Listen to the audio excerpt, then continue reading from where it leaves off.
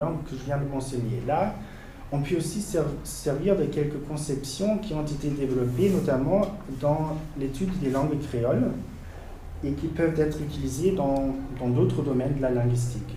Et c'est donc d'abord la conception du Founder Principle et celle du Feature Pool. Donc ce sont des explications pour l'émergence des structures créoles, mais qui fournissent donc aussi des hypothèses sur le changement linguistique en général, et notamment dans les situations de contact linguistique.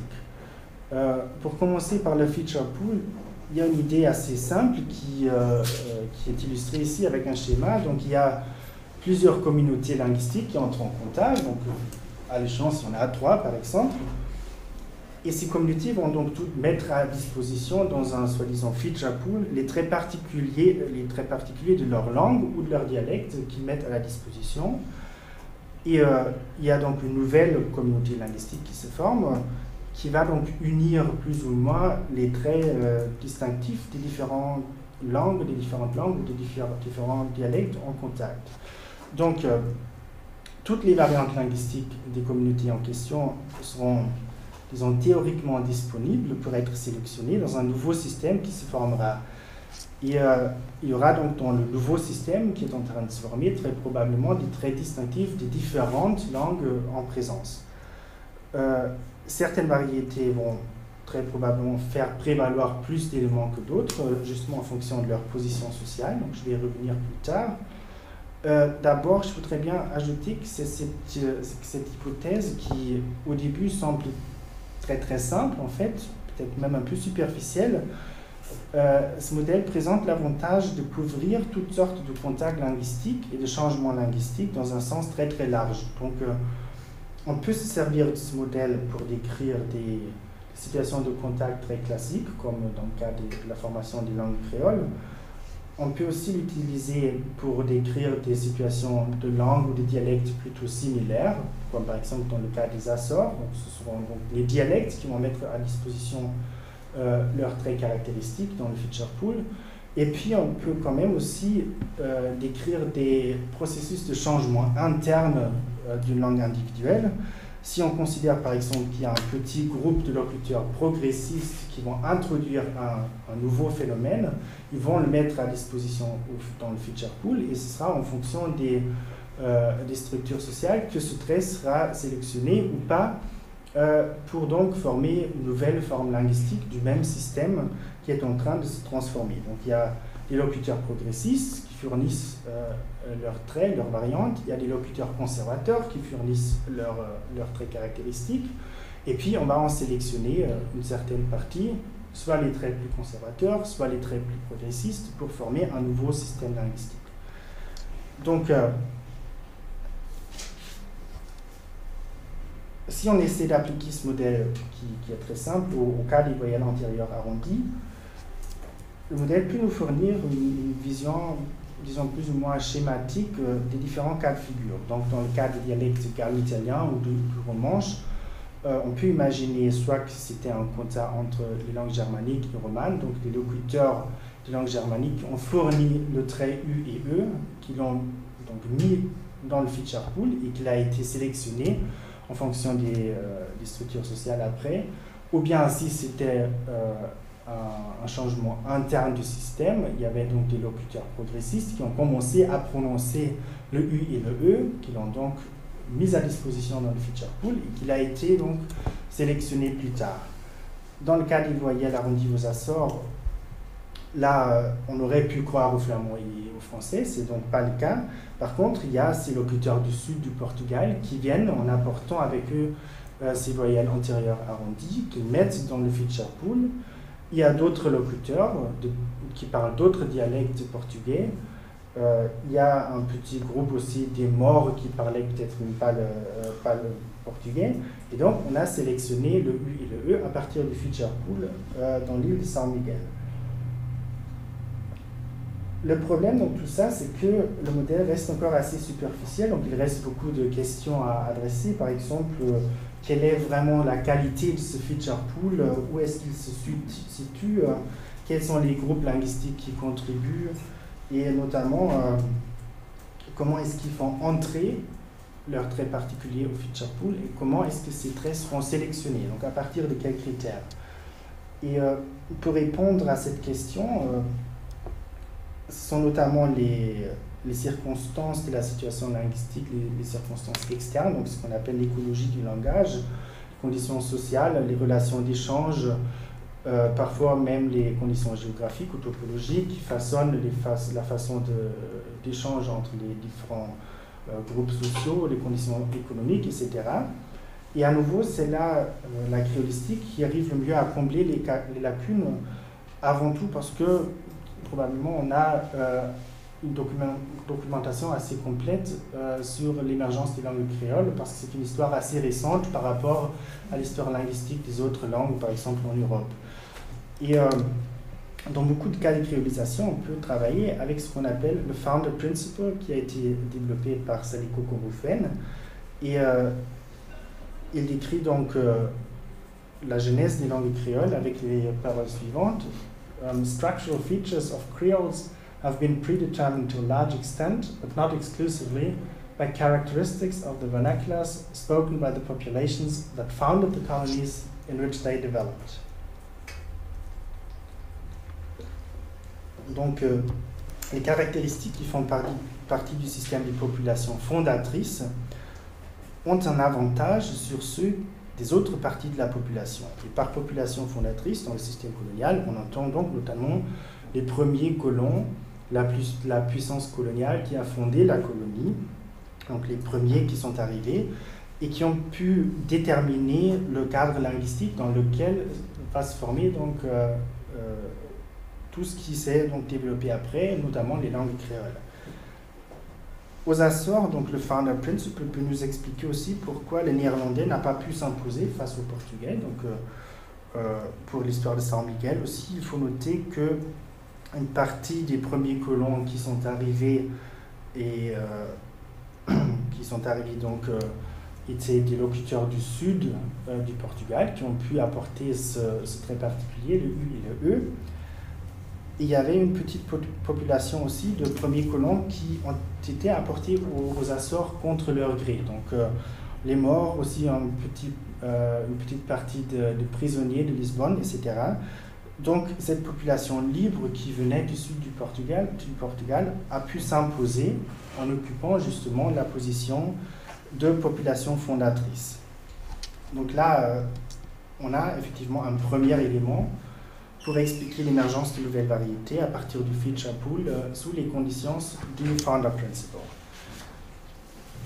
Il faut ajouter aussi que ce qui joue un rôle, c'est la démographie aussi. Donc si un groupe linguistique prédomine démographiquement, il a beaucoup plus de possibilités évidemment de faire entrer ces caractéristiques au feature pool, tandis que ce seront très probablement plutôt les conditions sociales et le prestige social plutôt que les proportions arithmétiques qui décident de la sélection définitive d'un trait particulier à partir du feature pool. Donc il y a une certaine forme d'équilibre, si on veut, entre qualité et quantité des rapports sociaux et des contacts linguistiques. On a là, dans le cas des Açores et dans le cas des créoles, des informations socio-historiques qui sont assez vagues. Et pour mettre à l'épreuve l'hypothèse du feature pool, il y a un autre cas qui est celui du R uvulaire en Europe. C'est un cas qui est beaucoup mieux documenté et qui peut bien nous servir donc, pour raffiner un peu le modèle du feature pool. C'est un phénomène, le R uvulaire, qui est assez fascinant dans les langues d'Europe parce que nous pouvons assister aujourd'hui encore à une certaine expansion de ce son particulier. Et cela à travers l'Europe, donc dans une multitude de langues. Les R uvulaires, c'est donc le R que nous connaissons en français moderne, celui qui est articulé dans la gorge avec l'uvule, par opposition par exemple au R apical, donc qui est articulé avec la pointe de la langue à l'avant de la bouche. Et dans la grande plupart donc, des langues d'Europe, c'était toujours le R apical qui était le son historiquement le plus répandu. C'était aussi le cas en français, historiquement, jusqu'au moment où on commençait donc à adopter le R uvulaire à partir du XVIIe siècle à peu près, notamment à Paris et dans les centres urbains, dans les couches privilégiées de la société. Donc c'était là, pour ces locuteurs-là, un moyen très facile de marquer la différence sociale par donc un instrument linguistique assez facile, notamment parce que la différence articulatoire entre le R apical et le R uvulaire est très bien perceptible. Donc on se trouve presque aux deux extrémités de la cavité buccale. Donc il faut se rappeler évidemment que le français était langue de prestige partout en Europe, et on a donc adopté ailleurs en Europe cette nouvelle façon de prononcer le français. Et ce qui est intéressant, c'est que là, on a adopté non seulement le R français en parlant le français, mais aussi dans les langues locales. C'est visible par exemple dans cette carte qui est un peu simplifiée, peut-être pas tout à fait actuelle, mais on voit très bien qu'à partir des villes qui exercent une certaine influence sur les régions, notamment en allemand, un peu aussi en néerlandais, en norvégien, etc., que le R uvulaire s'est donc répandu dans ces langues-là. Et là, si on considère le feature pool, on peut très bien identifier le groupe qui a introduit le nouveau phénomène, même si c'est un groupe linguistique qui ne prédomine pas démographiquement. C'est donc sa position sociale qui fait en sorte que le trait caractéristique sera non seulement introduit au feature pool, mais aussi sélectionné.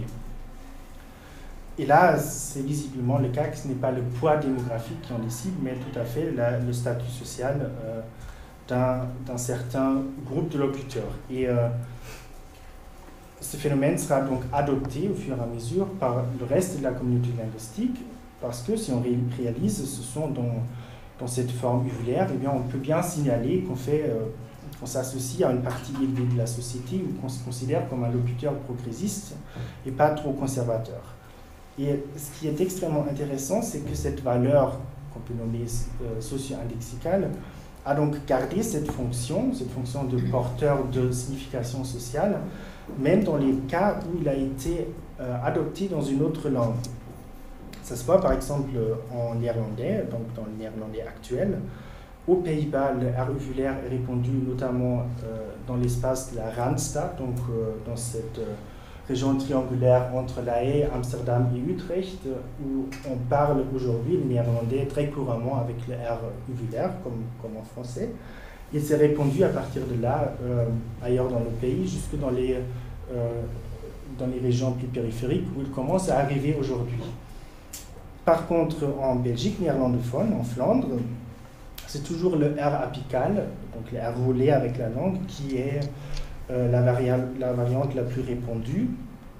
Il y a là effectivement une seule exception qui est très très emblématique, qui est celle du dialecte de la ville de Gand. Une question. Oui. L'Europe, oui. Vous ne mettez pas la péninsule ibérique dedans?